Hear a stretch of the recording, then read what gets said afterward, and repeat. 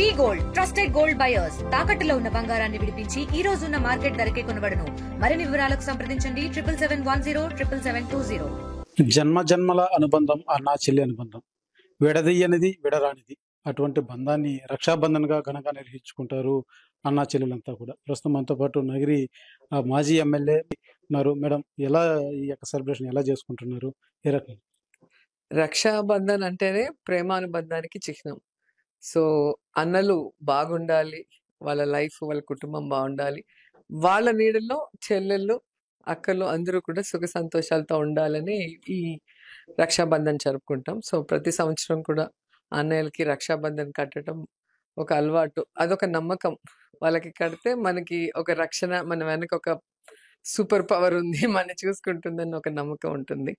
So నాకైతే నా లైఫ్లో చిన్నప్పటి నుంచి రామ్ ప్రసాద్ రెడ్డి మా అన్న చిన్నన్నయ్య, ఆయన స్కూల్కి కాలేజ్కి షూటింగ్స్కి అన్ని తను తీసుకెళ్ళేవారు. అండ్ ఇంట్లో అడ్మినిస్ట్రేషన్ లాగా మా పెద్దన్నయ్య కుమారస్వామి రెడ్డి గారు, అమ్మ నాన్న ఉన్నప్పుడు కూడా పెద్దన్నయ్య డెసిషన్ తీసుకునేవారు. సో అప్పటి నుంచి ఇప్పటి వరకు నా సినిమా లైఫ్ కానీ, నా పొలిటికల్ లైఫ్లో కానీ, నా జర్నీలో ఎప్పుడూ కూడా నాకు ఒక ఏమంటారు సలహా సూచనలు అంటారు కదా, అవన్నీ కూడా కుమారస్వామి రెడ్డి గారు ఇస్తారు. తనకు వచ్చి ఆ పొలిటికల్ ఇంట్రెస్ట్ ఉంది అండ్ పాలిటిక్స్ మీద మంచి గ్రిప్ ఉంది కాబట్టి, సో అతనితో డిస్కస్ చేసేటప్పుడు నాకు కొంచెం రాజకీయం తెలియకపోయినా నేర్చుకున్నాను పాలిటిక్స్లోకి వచ్చాక. సో ఆ తర్వాత జగనన్న దేవుడిచ్చిన అన్న, ఇద్దరేమో మా అమ్మ నాన్న ఇచ్చిన అన్నలు అయితే నాకు దేవుడిచ్చిన అన్న జగన్మోహన్ రెడ్డి గారు. సో ఆయనను నమ్మి ఆయన వెనక నడిచాను. ఒక చెల్లిగా ఈ రోజుటి వరకు నా రక్షణ కానీ, నా గౌరవాన్ని కాపాడటంలో కానీ, నన్ను రాజకీయంగా ఉన్నత స్థానానికి రావడానికి అన్ని రకాలుగా ఆయన నాకు సపోర్ట్ ఇచ్చారు. సో ఈ ముగ్గురు అన్నల ప్రేమతో నేను హ్యాపీగా నా లైఫ్లో సక్సెస్ఫుల్గా సాధించుకుంటూ ముందుకెళ్తున్నాను. రోజా అంటేనే ఒక ఫైర్ బ్రాండ్తో పాటు ఒక స్ట్రాంగ్ ఉమెన్గా కూడా మంచి గుర్తింపు ఉంది మీకు. అంటే ఇంత స్ట్రాంగ్ పర్సన్కి ఉమెన్గా ఉన్న మీకు ఎప్పుడన్నా మీ అన్నలు తోడుగా నిలవాల్సిన పరిస్థితులు ఎప్పుడన్నా మీకు ఎదురయ్యాయి? నేను ఇంత స్ట్రాంగ్గా ఉన్నాను అంటే వీళ్ళందరూ ఉన్నారన్న ధైర్యంతోనే ఉన్నాను. మీరు చూడండి, బ్రదర్స్ లేని ఆడపిల్లల్ని చూడండి, వాళ్ళు ఉండటానికి బ్రదర్స్ ఉన్న ఆడపిల్లల్ని చూస్తే ఆ డిఫరెన్సే మీకు తెలిసిపోతుంది. ఒక తెలియని ధైర్యం, తండ్రి, ఆ తర్వాత అన్నయ్యలు, ఆ తర్వాత కొడుకు. సో వాళ్ళ సపోర్ట్ అనేది ఎప్పుడూ కూడా ఒక విమెన్కి అవసరం అని నేను అనుకుంటున్నాను. సో నాకు మా ఫాదర్ వచ్చి జెండర్ డిస్క్రిమినేషన్ లేకుండా అన్నయ్యలకి ఈక్వల్గా ఆడపిల్లల్ని కూడా పెంచారు కాబట్టి నేను ఇంత ధైర్యంగా ఉండగలుగుతున్నా. సో దానికి ఇద్దరు అన్నయ్యల సపోర్ట్ ఇవ్వటం, ఆడపిల్లకి ఏంటి మాకు కదా మెయిన్ ప్రిఫరెన్స్ అనకుండా, సో వాళ్ళతో ఈక్వల్గా నన్ను కూడా వాళ్ళు చూశారు కాబట్టి ఈరోజు నేనేమనుకున్నా కూడా ధైర్యంగా మాట్లాడగలుగుతున్నా, ధైర్యంగా ఫైట్ చేయగలుగుతున్నా. అండ్ మీకు తెలుసు జగన్మోహన్ రెడ్డి గారు విమెన్ అంటే ఎంత రెస్పెక్ట్ ఇస్తారు, విమెన్ అన్ని రంగాల్లో సక్సెస్ఫుల్ కావాలి అని చెప్పి ఆయన ముఖ్యమంత్రిగా ఉన్న 5 సంవత్సరాల్లో ఎన్ని చారిత్రాత్మక నిర్ణయాలు తీసుకున్నారో మీరు చూశారు. అలాగే విమెన్ ఎంపవర్మెంట్ కోసం, అలాగే విమెన్ వచ్చి ఆర్థికంగా ఎదగటం కోసం ఎన్ని వెల్ఫేర్ స్కీమ్స్ చేశారో మనం చూసాం. సో నా చుట్టూ ఉన్న వాళ్ళంతా కూడా విమెన్ని సపోర్ట్ చేసేవాళ్ళు, విమెన్ని ఎంకరేజ్ చేసేవాళ్ళు, విమెన్ మల్టీ టాలెంటెడ్, వాళ్ళకి కొంచెం మనం భుజం తడితే చాలు వాళ్ళు అన్నిట్లో సక్సెస్ అవుతారని నమ్మిన వ్యక్తులు కాబట్టి నాకు హ్యాపీగా ఉంది. ప్రధానం మీకు అన్నలంటే చాలా అభిమానం, ప్రేమ. అయితే మీ రాజకీయ పరంగా మీ అన్నలు కూడా కొంతమంది లేనిపోని ఆరోపణలు చేసేటువంటి పరిస్థితులు కూడా ఉంటాయి. అలాంటి సందర్భం మీకు ఎలా అనిపిస్తుంది? నిజంగా బాధేస్తుంది. ఎందుకంటే జీతం లేకుండా నా కోసం పనిచేస్తారు వాళ్ళు. ఏ పదవి అనుభవించకుండా, ఏ గుర్తింపు లేకుండా నియోజకవర్గంలో కానీ, లేకపోతే ఎలక్షన్ టైంలో కానీ, లేదా నేను బాగాలేనప్పుడు, లేదా నేను బయట ప్రోగ్రామ్స్కి వెళ్ళినప్పుడు ఫుల్ టైం వాళ్ళే ఇద్దరు ఉండి చూసుకుంటుంటారు. అలాంటప్పుడు వాళ్ళతో అన్ని పనులు చేసుకొని వాళ్ళ ద్వారా ఎంతో లాభం పొందిన వాళ్ళు కూడా బయటకు వెళ్ళి కొంచెం వాళ్ళ అన్నలు ఇట్లా వాళ్ళు ఇట్లా చేశారు అన్నప్పుడు చాలా బాధేస్తుంది. అపోజిషన్ వాళ్ళు కూడా ఏం తెలుసు అని అలా మాట్లాడతారో నాకైతే అర్థం కాదు. ఎందుకంటే ఈరోజు ఒక ఆఫీస్లో వచ్చి కూర్చొని డామినేట్ చేస్తే మాట్లాడచ్చు, లేదా వాళ్ళ వల్ల ఏదైనా నష్టం జరిగితే మాట్లాడచ్చు. మా ఇంట్లో కూర్చొని వచ్చిన వాళ్ళకి హెల్ప్ చేస్తారు.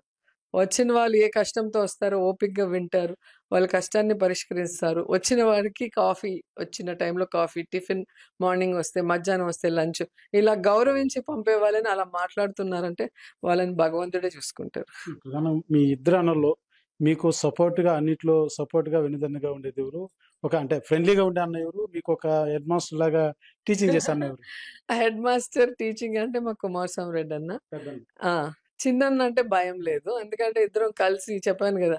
సినిమాలకెళ్ళినా, కాలేజ్‌కెళ్ళినా, షూటింగ్‌కెళ్ళినా ఇద్దరం వెళ్ళేవాళ్ళం కాబట్టి, ఆ రెండో అన్నయ్య అంటే అంత భయంలా. పెద్దన్నయ్యని చూస్తే మా నాన్నకన్నా ఎక్కువ ఆయన గైడెన్స్‌లోనే ఉంటా కాబట్టి కొంచెం భయం. అంటే మీకు జనరల్‌గా సినిమాలన్నా, కాలంటే మీకు బాగా అభిమానం. మీ చిన్నన్న మీరు కలిసి ఏదన్నా చెప్పా పట్టకుండా ఇంట్లో ఏదైనా బంక్ కొట్టి ఇలాంటివి ఏదైనా చేశారా? చాలా చేసాం మేమిద్దరం. అంటే పెద్దన్నతో ఎలా ఉంటాయి? అంటే సీరియస్‌గా ఉంటారు. ఎప్పుడు మీడియాకి కూడా పెద్దగా బయట కనపడరు. ఎక్కువగా కనిపించరు. హ్మ్. చాలా సైలెంట్‌గా ఉంటారు. అయితే చాలా నాలెడ్జబుల్ ఆయన.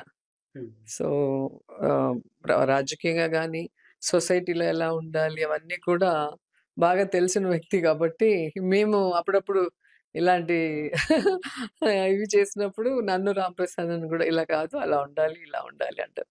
ఇంక సరే అని ఇంక కరెక్ట్ చేసుకోవటం. రాజకీయాల్లో ఉన్నారు. ఎప్పుడన్నా మీ అన్నల్ని ఎవరన్నా రాజకీయాల్లో ఉంటే బాగుంటుంది. ఫుల్ ఫ్లెడ్జ్డ్‌గా రాజకీయాల్లో తీసుకురావాలన్న ఆలోచన మీకు ఎప్పుడన్నా కలగడం గాని, ఆ కోరిక గాని ఉందా? నేనెప్పుడు వాళ్ళ గురించి ఆలోచించాల నిజం చెప్పాలంటే. అంటే వాళ్ళ ఫ్యామిలీ బావుండాలి, వాళ్ళ పిల్లలు బావుండాలి, వాళ్ళని చూసుకునేదానికే తప్ప, వాళ్ళు ఏమవ్వాలి పాలిటిక్స్‌లో అని నేనెప్పుడు ఆలోచించలా. సో, వాళ్ళు ఎప్పుడు నాతో చెప్పలా. మేమవ్వాలి ఇలాగ ఏదో ఒక పొలిటికల్ పోస్ట్ కావాలి. అట్లా వాళ్ళు ఎప్పుడు నాకు చెప్పలా. మొదటి నుంచి కూడా సినిమాలో ఉన్నా, పాలిటిక్స్‌లో ఉన్నా నన్ను కాపాడుకుంటూ, నన్ను సక్సెస్‌ఫుల్‌గా వాళ్ళు తోడుండి ముందుకు తీసుకువెళ్లారు. సో, నా కోసం నిజంగా వాళ్ళు త్యాగం చేసినట్టే వాళ్ళ లైఫ్‌ని. చివరిగా ఏదైతే రాష్ట్రంలో ఇవాళ మహిళలకి ఎలా ఉందంటారు? మహిళలకు రక్షణ ఎలా ఉందంటారు? ఈ యొక్క ఆడబిడ్డల పట్ల మీరు సందేశం ఇవ్వబోతున్నారు?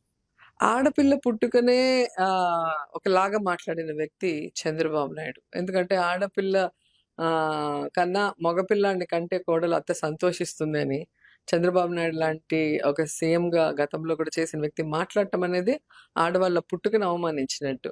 సో, అలాంటి వ్యక్తి నుంచి మనం ఆడవాళ్ళని గౌరవిస్తానని ఎప్పుడు ఎక్స్‌పెక్ట్ చేయలేదు. కానీ ఈసారి ఈ కూటమి ప్రభుత్వంలో చంద్రబాబు నాయుడు ముఖ్యమంత్రి అయిన తర్వాత ముఖ్యంగా మహిళలకి రక్షణ లేకుండా ఎంత దీనాతి దీన స్థితిలో అంటే చిన్న పిల్లల నుంచి ముసలి వాళ్ళ వరకు రేప్ చేసి, మర్డర్ చేసి, చంపేసి పడేస్తున్నారు. సో, దాని మీద పెద్ద ఏంటంటే ఒక కాన్సంట్రేషన్ చేసి ఇవి ఆపాలి. ఇవెందుకు జరుగుతున్నాయి? దాని మూలాలేంటి? వాటిని ఎట్లా పెకిలించాలన్న ఆలోచనే లేదు. ఎంతసేపు ఎక్కడ దోచుకుందాం? అమరావతిలో ఎట్లా సంపాదించుకుందాం? లేదా రెడ్ బుక్ రాజ్యాంగంతో ఎవరిని కేసులు పెట్టి లోపల పెడదాం? ఎలా జగన్మోహన్ రెడ్డి గారిని తిట్టిద్దాం ఎవరితో? ఇది తప్ప ఒక మహిళని గౌరవించకపోతే ఒక మహిళకి పుట్టిన వాళ్ళే కదా అందరూ కూడా ఒక తల్లికి పుట్టిన వాళ్ళు. తల్లిని గౌరవించాలి. తల్లి లాంటి చెల్లిని గౌరవించాల్సిన బాధ్యత ఉంది. వాళ్ళ ఇంట్లో వాళ్ళే కాదు కదా ఆడవాళ్ళు. రాష్ట్రంలో ఉన్న ఆడవాళ్ళు కూడా ఆడవాళ్ళే. సో, వాళ్ళని రక్షించాల్సిన బాధ్యత ఉన్న వ్యక్తులు చంద్రబాబు నాయుడు, అలాగే పవన్ కళ్యాణ్ అండ్ హోంమంత్రి అనిత గారు, లోకేష్. కానీ ఎవ్వరికీ కూడా విమెన్ మీద రెస్పెక్ట్ లేదు. విమెన్‌కి సపోర్టివ్‌గా ఉండాలన్న ఆలోచన లేదు. సో, ఈరోజు రక్షాబంధన్ చేసుకునే పరిస్థితిలో కూడా ఈ రాష్ట్రంలో మహిళలు చాలా మంది లేకపోవడం దురదృష్టకరం. Thank you. చూస్తున్నాం. ఏదైతే రక్షాబంధన్ అంటే అన్నదమ్ములు ఒక వెన్నుంటి ఆ యొక్క జీవితానికి పునాదిలాగా ఉండేటువంటి బంధం అన్నదమ్ముల అనుబంధం. అందుకే ప్రతి ఏడాది కూడా మిస్ అవ్వకుండా తన అన్నలతో ఈ యొక్క రక్షాబంధం నిర్వహించుకుంటూ ఉంటారనేసి కూడా రోజా తెలియజేస్తున్నటువంటి పరిస్థితి. అయితే రాష్ట్రంలో ఉన్నటువంటి మహిళలు మాత్రం స్వేచ్ఛగా రక్షాబంధన్ నిర్వహించుకునేటువంటి పరిస్థితుల్లో మహిళలు లేరంటూ కూడా తెలియజేస్తున్నారు. అదే రకంగా చంద్రబాబు కావచ్చు, కూటమి నేతలు కూడా మహిళలకు రెస్పెక్ట్ ఇచ్చే విధంగా నడుచుకోవడం లేదంటూ కూడా సంచలన ఆరోపణలు చేశారు. కెమెరా పర్సన్ కోటితో సురేష్, ఆర్టీవీ, తిరుపతి.